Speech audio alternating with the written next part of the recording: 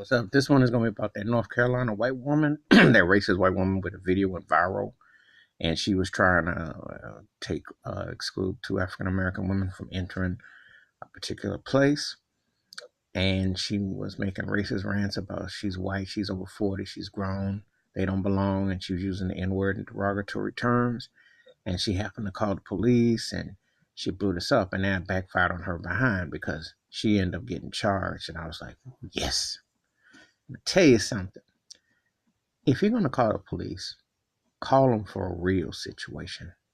But just because you're white and you're privileged and you feel that you can call them and they'll come to your plush neighborhood or what have you, and just to intimidate African Americans is racist, unjust, and it's ignorant, and it can backfire. And it hasn't really done this, but this is the first time there's actually proof that maybe it means the police departments are getting tired of dealing with hocus, unwarranted calls that aren't an emergency at all. They're just another racial privilege hooded call to try to intimidate and to tell an African American that you don't belong in this area. I saw the video of the woman, and she was definitely out of it, and she was just on her rant, and she was just being vile as she could be and racist, and she was just being hostile, and and then now it backfired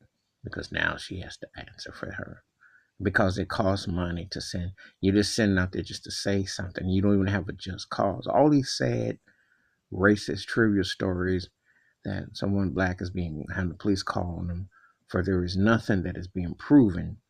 It's just a waste of taxpayers' dollars, and it's a waste of time and energy. And all it does is continue a divide that's already big as it is, and it only increases it more.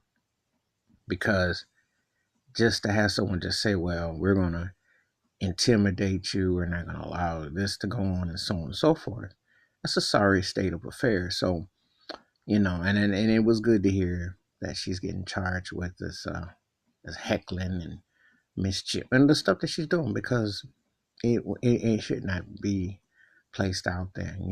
But they can't help it. Some extension is real, and I said it before. It's Trump's fault. He's got some people thinking they can say and do whatever because of the color of their skin, and it takes on epic proportions. But when you have to be held accountable for it, let's see what happens then.